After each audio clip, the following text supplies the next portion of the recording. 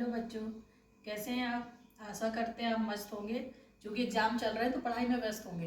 होना भी चाहिए, नहीं भी हो तो भी होना चाहिए। ठीक है, मेरे पास आज ये पेपर है एमपी बोर्ड का, मैथ्स का 24 का, अभी इसी साल का। ठीक है, तो मैं उसको सॉल्व करे दे रही हूँ।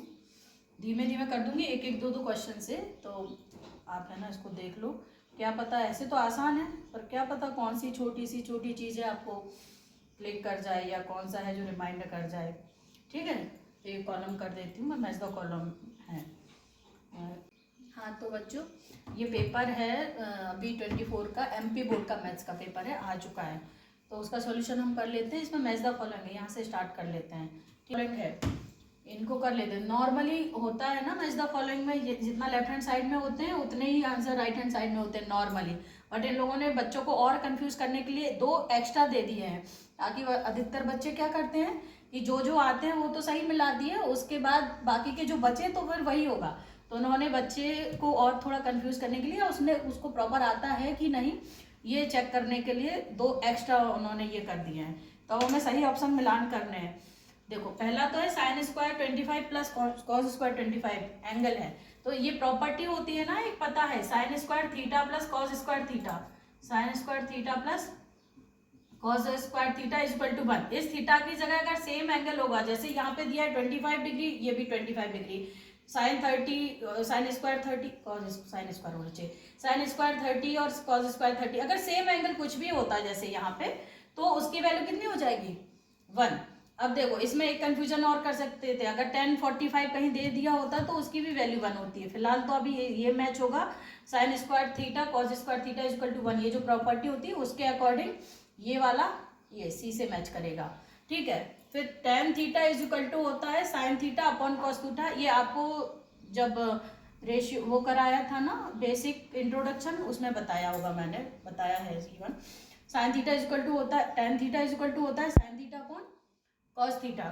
फिर नेक्स्ट है सेक स्क्वायर थीटा माइनस 1, ये होता है टेन स्क्वायर थीटा। ये भी एक प्रॉपर्टी, ये 3 प्रॉपर्टी होती हैं एक साथ।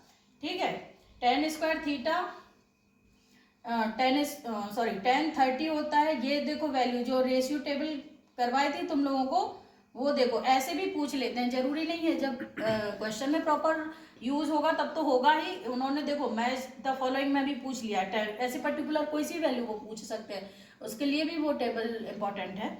अभी देखो 1030 पूछा है तो 1030 होता है 1/√3। देखो इन्होंने दोनों वैल्यू दे दी है, जरूरत नहीं थी, वैसे एक होती तो बच्चे फिर मिला देते कि अरे अभी तो यही बचा है, लेकिन अभी उन्होंने √3 भी दिए और 1/√3 भी दी है। तो ये √3 होती है 60 की, 1060, और 1/√3 होती है 1030 की।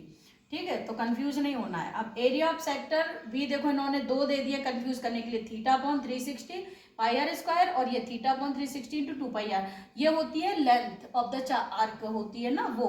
तो एरिया ऑफ द सेक्टर देखो, एरिया से ही आप अंदाजा लगा सकते हो, वैसे तो ये याद हो जाना चाहिए फॉर्मूला, थीटा अपॉन 360 और पाई आर स्क्वायर, जो पूरा सर्कल का एरिया होता है ना पाई आर स्क्वायर, तो थीटा अपॉन 360 जो एंगल जितने एंगल पे वो सेक्टर बना होता है वो एंगल अपॉन 360 और पाई आर स्क्वायर। तो ये हो गया एरिया ऑफ सेक्टर। और volume of hemisphere 2/3 pi r cube. तो ये सोचो, तो इसकी कोई जरूरत नहीं है, इसकी कोई जरूरत नहीं है, इन्होंने एक्स्ट्रा दे दिए 2 ऑप्शन ताकि बच्चों को कंफ्यूज करने के लिए। तो अगर आपको सही पता होगा तो आप सही ही मैच करोगे। तो अब ये सोचो कि इसलिए हमें थॉरोली पढ़ाई क्यों जरूरी है, इंट्रोडक्शन पूरा समरी इसलिए जरूरी है कि पता नहीं कहाँ से वो क्वेश्चन किस टाइप में पूछ ले। फिल इन द ब्लैंक्स में भी पूछ सकते हैं, मैच द फॉलोइंग में पूछ सकते हैं, या एमसीक्यूज में भी, मल्टीपल चॉइस में भी पूछ सकते हैं। तो ये हो गया। नेक्स्ट एक और बनाऊंगी फिल इन द ब्लैंक्स का। ठीक है, चलो ओके बाय, नेक्स्ट अभी वीडियो में मिलते हैं।